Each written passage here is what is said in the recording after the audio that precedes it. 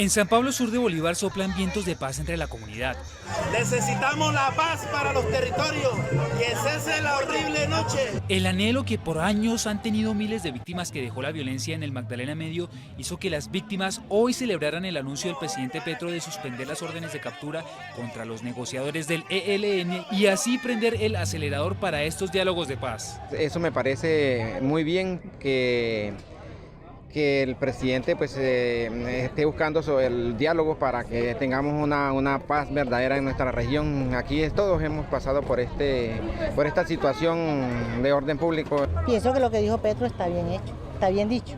Esperamos que el ELN y los grupos ilegales también los apoyen sobre este sistema, que ellos saben y reconocen que el sur de Bolívar han dejado una cantidad de víctimas. Los líderes sociales y políticos de la región ven con esperanza los diálogos con el ELN. Sueñan con que las nuevas generaciones puedan crecer en territorios de paz. Y también pues le solicitamos nosotros al señor presidente que no solamente se sentaran con el ELN, sino que también se le brindara esa oportunidad, ese espacio a los diferentes grupos al margen de la ley que hacen presencia en este sector. Nosotros ya estamos cansados de la guerra y un espacio para esto, para dialogar, no solamente con el ELN, con todos los grupos al margen de la ley. En el sur de Bolívar, las comunidades esperan que con estos diálogos se logre firmar la paz con el ELN y abra la puerta a posibles negociaciones con otros grupos al margen de la ley que delinquen en esta región del país.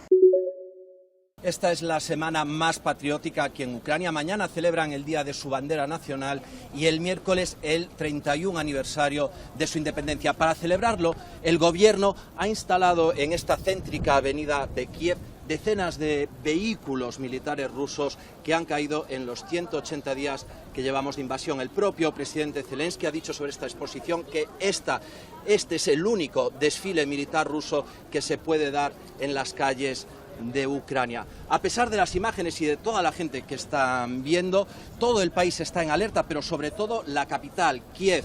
Después del atentado que le costó la vida en Moscú a Daria Dugina, la hija del que se considera ideólogo de esta invasión, varios políticos rusos han pedido directamente que se bombardeen las instituciones, los edificios gubernamentales de aquí de Kiev. Los trabajadores de esos edificios esta semana no van a trabajar, lo hacen desde sus casas y esta mañana el ayuntamiento ha pedido a los kievitas que eviten las aglomeraciones, que eviten concentrarse por el peligro de bombardeos. Aquí en el municipio de Sabinas, en el estado de Coahuila, donde ya han pasado 19 días de intentos de rescate de los 10 mineros atrapados desde el pasado 3 de agosto. Son 447 horas de trabajo y lo que están haciendo en este momento, pues bueno, es seguir monitoreando dos de las perforaciones donde aparentemente han ubicado las filtraciones que van hasta los 3 pozos donde los 10 mineros se encuentran atrapados. En el fin de semana metieron cámaras para ubicar estas filtraciones que van de la mina 6, es una nueva filtración que viene de norte a sur, y otra más que viene de sur a norte, que es la mina de Conchas Norte, que esta ya se había hablado de que fue la que causó el colapso, que aumentó los volúmenes de agua el pasado domingo a las 5:45 de la mañana.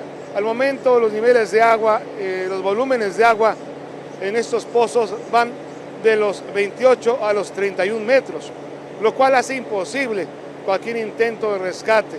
Así que en los próximos días tendrán que decir en qué tiempo podrán sellar estas filtraciones para que así baje el volumen de agua y en un futuro dar alguna fecha para el rescate de los 10 mineros.